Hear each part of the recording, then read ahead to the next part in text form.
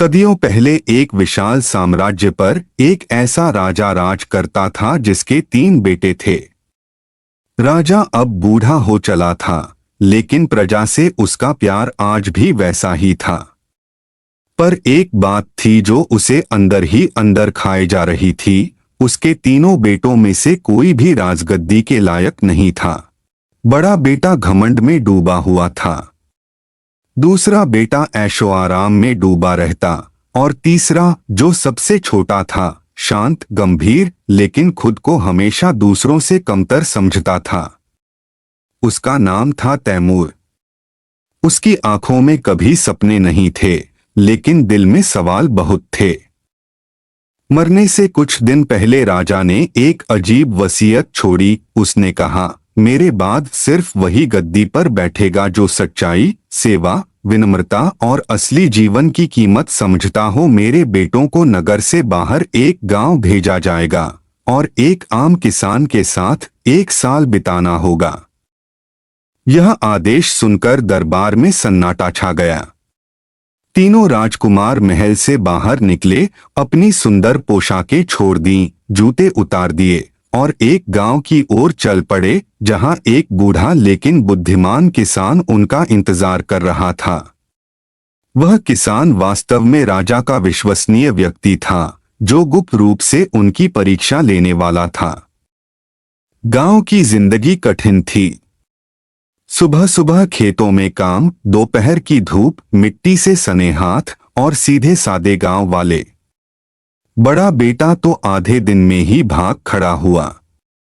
दूसरा बेटा किसान पर गुस्सा करता, उसे हुक्म देता। सिर्फ तैमूर ही चुपचाप सब सुनता और किसान की हर बात पर ध्यान देता। किसान रोज तैमूर से एक नया सवाल करता। कभी पूछता, अगर तुम्हें खाली हाथ लौटना पड़े तो क्या लेकर जाओगे? कभी कहता, इज्जत ऊंची आवाज से नहीं, नरम लहजे से मिलती है। तैमूर चुप रहता, लेकिन वो शब्द उसके दिल में उतर जाते। महीने बीतते गए। तैमूर खेतों में मेहनत करता, मजदूरों के साथ बैठकर खाना खाता और शाम को बूढ़े किसान के साथ आग के पास बैठता।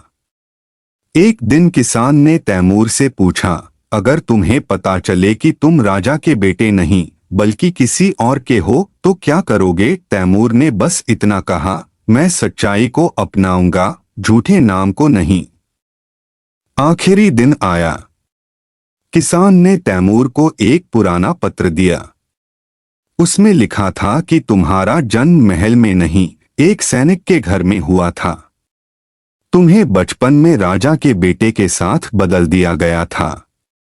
तुम तैमूर असल में उस किसान के बेटे हो जो आज भी महल के द्वार पर खड़ा है। तैमूर की आंखों में आंसू थे। उसने आसमान की ओर देखा और कहा, तो मेरे पिता कोई और थे, वो जो मेरे इतने पास थे, लेकिन मैं उन्हें पहचान न सका। किसान ने बस इतना कहा, अब तुम जान गए कि खून नहीं, चरित्र राजा बनाता है। महल में इस दौरान राजा का निधन हो चुका था। बाकी दोनों बेटे गद्दी के लिए झगड़ रहे थे। प्रजा परेशान थी। अचानक किसान और तैमूर नगर पहुंचे। जब सारी सच्चाई सबके सामने आई, सन्नाटा छा गया।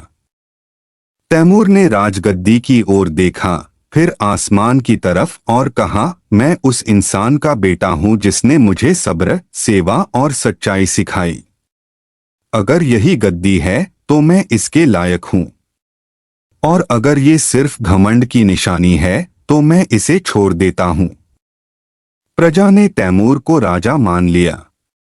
उसका पहला आदेश था, महल के द्वार पर खड़े उस सैनिक को भीतर लाया जाए, क्योंकि आज इस राज्य का असली राजा वही है।